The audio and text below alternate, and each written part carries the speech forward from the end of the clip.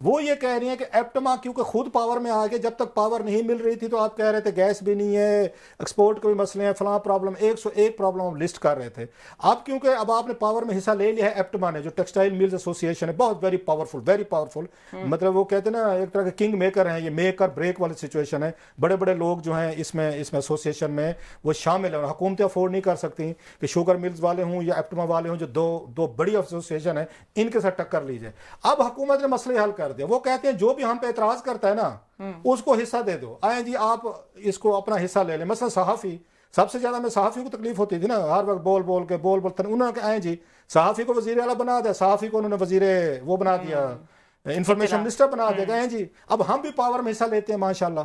ہمیں بھی چاہیے تھا، ہم تنقید کرتے، اور بڑے بڑے نام ہیں، 20 میں نام ابھی لے سکتے ہو، کون سے صحافی وزیر بھی رہے ہیں، وزیر اعلیٰ بھی رہے ہیں، یا سینیٹرز بھی رہے ہیں، بڑے بڑے عہدوں پہ بھی رہے ہیں۔ ایسے ہمارے فوجی بھائی تھے ماضی میں، انہوں نے کہا آپ ہیں، آپ بھی حصہ لیں، جج صاحبان تھے، انہوں نے کہا آپ بھی لیں۔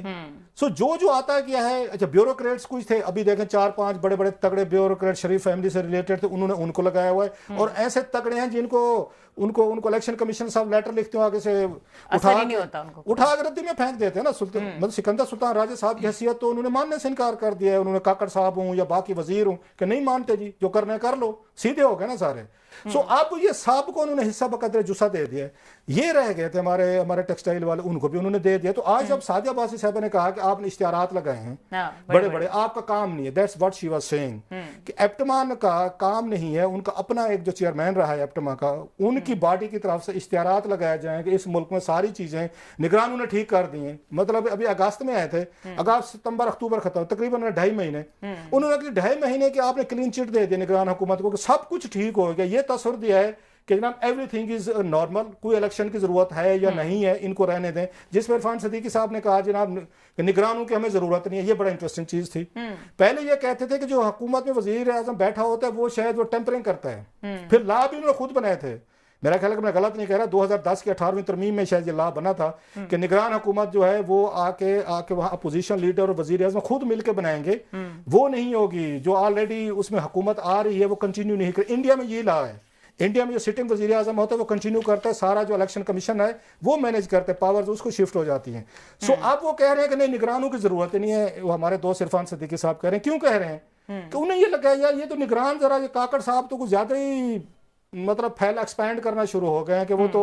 ان کو تقریروں کا شوق ہے، گفتگو کا شوق ہے، اسٹوڈنٹ کے پاس جا رہے ہیں، مذاکرات ہو رہے ہیں، چائنیز لیڈر سے مل رہے ہیں، وہ امریکہ، Hind, Sindh, Paris, London, Dubai, New York, وہ تو پھر آ کے وہ تو لگتے نہیں ہے کہ ان کا کچھ جانے کا موڈ ہے۔ تو اب انہیں خطرہ پڑ گیا نواز لیگ والوں کو، بھائی صاحب یہ تو کوئی کھیل ہی کوئی اور شروع ہو گیا ہے۔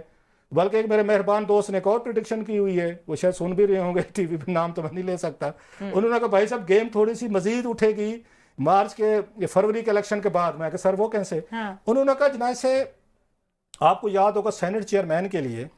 باپ پارٹی جو تھی اس کے 8-10 جو ووٹ تھے بڑے کروشل تھے کہ سینٹ چیئرمین، اس میں سے صادق سنجرانی صاحب نکل آئے تھے۔ اندازہ کریں، نہ نواز لیگ کا نہ پیپلز پارٹی کا، باپ پارٹی کا بن گیا۔ تو انہوں نے کہا یہ بھی ممکن ہے کہ اس طرح کی پارٹی کو سیٹیں دی جائیں کہ 8-10 پارٹیز اکٹھے ہوں اور حکومت اس وقت بنے گی جس کی 6 سیٹیں ہوں۔